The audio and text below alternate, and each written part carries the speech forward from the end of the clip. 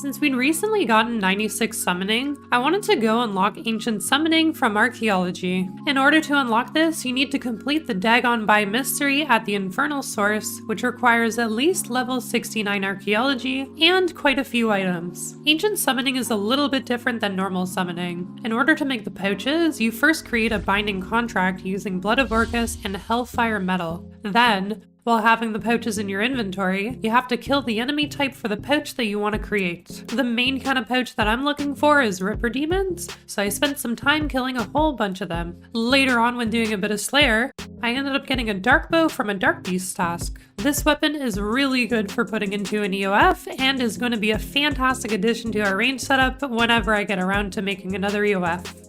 I'd really been itching to start grinding out Raksha and decided to give soloing him a try. Raksha is a shadow anima Colossus that has a few really good drops. The main thing we're looking for here is a greater ricochet codex to give our range setup a huge boost. He also drops the Greater Chain Codex and the Divert Ability Codex, along with tier 80 boots for each style that have some really nice effects. I decided to go with melee since it was my strongest style, but it was still going to be a bit of a challenge since I only had a lance for my weapon and I also didn't have any laceration boots yet. The key thing to see if soloing Raksha is viable yet is if we can meet each of the DPS checks and if I can clear the pools efficiently. If we're not able to do either of those, then it probably isn't worth starting this grind yet. Luckily, my DPS was good enough to meet the checks, and my little trick for handling the pools without laceration boots worked out alright. It's a little tough to pull off the pools without the boots, since normal bladed dive only has an AoE size the size of the group of pools, meaning to kill them all in one shot you have to land directly in the center of each group, which is harder than it sounds. To reduce the difficulty of this, I quake the first set of pools, then hurricane the next, and then I just do my best to do the normal bladed dive on the last two.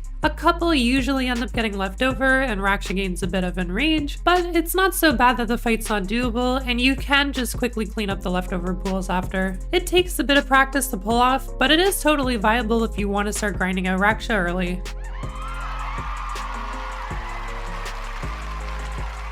I've been thinking about my next guide video being on Raksha, so if you'd be interested in a more in-depth video on fighting this boss, let me know down in the comments. I ended up getting rewarded for taking on the Big Angry Dino and got myself a Divert Ability Codex on our second solo kill. Not really my preferred codex, but it's still very cool to see. With Raksha on the table, I wanted to build our melee gear back out from our first death, and the first thing I wanted to get back was our kiln cape. I quickly ran through the kiln and got our cape back with ease. In the continued hopes of upgrading our lance to a scythe, I kept on the Rax grind and ended up getting yet another web. No!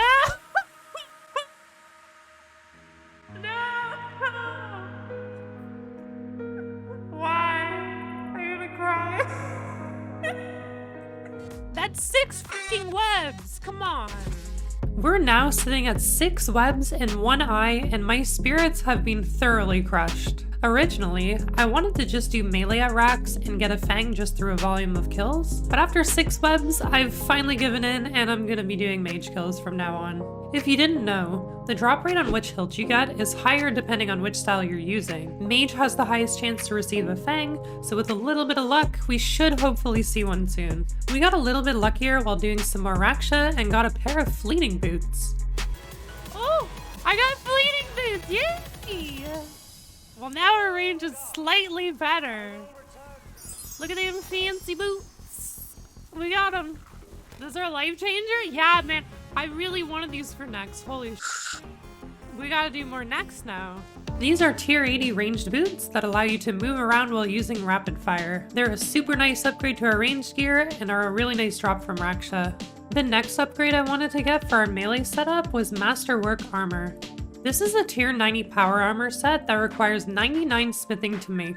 I didn't have the smithing level yet to make this, but I was level 93, and I decided to be a crazy person and boost for it. When you boost your level, the boost will count down by 1 every minute, and you will slowly lose your boost. But if you lobby before that 1 minute mark, when you log back in, the timer is reset. This means that as long as you lobby once every minute, you can keep a boost forever, making it possible to do something like make Masterwork Masterwork while only level 93. The reason why most people don't do this though is because Masterwork can take upwards of 10 hours to make, meaning I will need to lobby once every minute for that entire duration. It does also take time to lobby, which means the entire process will be a bit longer from doing that. My rationale here is that it would take quite a long time to actually reach 99 smithing, and I'm just willing to put in the extra effort to make it early. And after so many hours of doing this, I did actually complete a set of Masterwork Armour by boosting from 93 smithing. This is probably one of the most absurd things I've done in this game, and I don't think I would do it again, but either way, it's kind of a weird, crazy thing that I can say I did.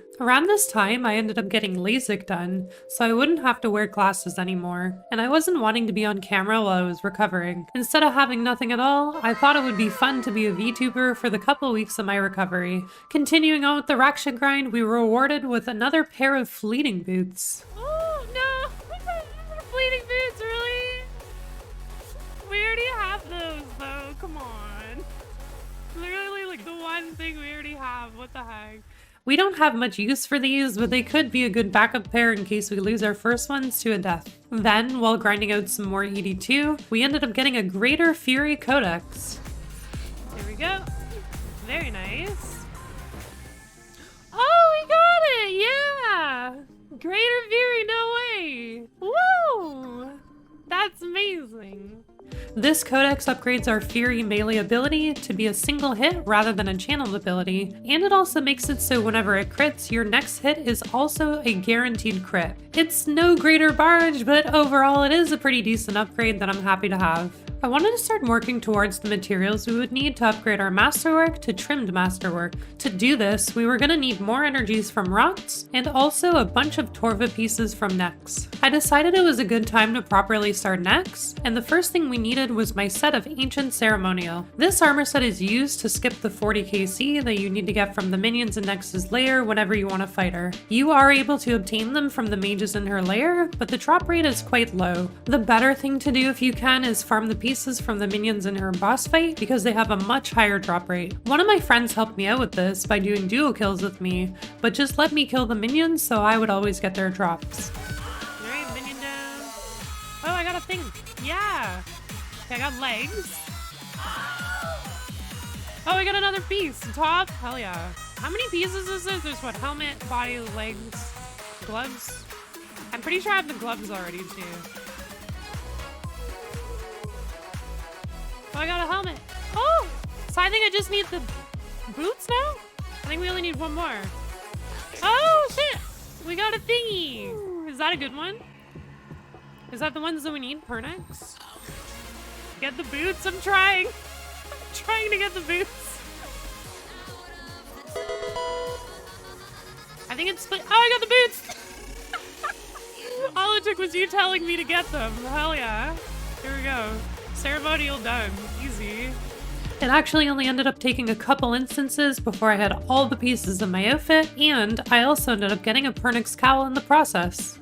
Once you have the robes, you can either skip getting KC by wearing them, or you can permanently unlock the ability to skip KC by handing in the robes, your frozen key, and 10 million gold to this guy here. During my AFK time, I was slowly working on my archaeology in the aims of unlocking ancient invention. I was gonna need another dragon matic for archaeology and decided to work on some big game hunter to try and get one. I ended up getting my totem of treasure top while looking, and then I also did end up getting my second matic drop after a bunch of BGH. From all my BGH, I also ended up getting 99 Slayer, which allowed me to become a Slayer Master and start working on my play your own dungeon. Once this is unlocked, you can get some Ushabti to start capturing Slayer monster souls. All you have to do is carry one in your inventory when fighting monsters, and there's a chance that you can capture their soul. If you get one, you can then put it in your dungeon to fight them there instead of where the monster normally is. I brought some along while killing Ripper demons for pouches, but unfortunately I wasn't lucky enough to get one yet. Then, when doing some more Raksha one night, I had another unfortunate event.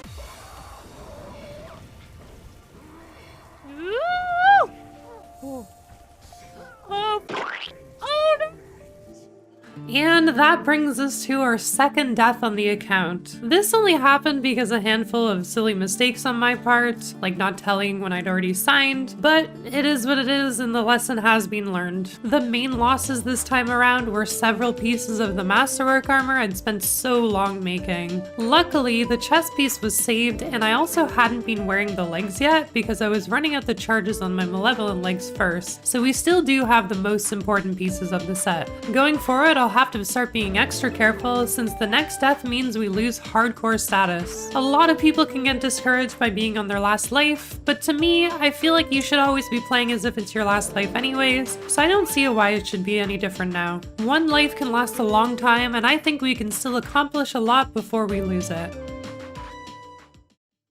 Thank you so much for watching.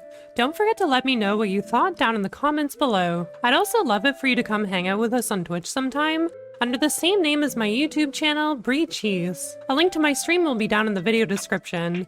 Thanks again, and I'll see you in the next one.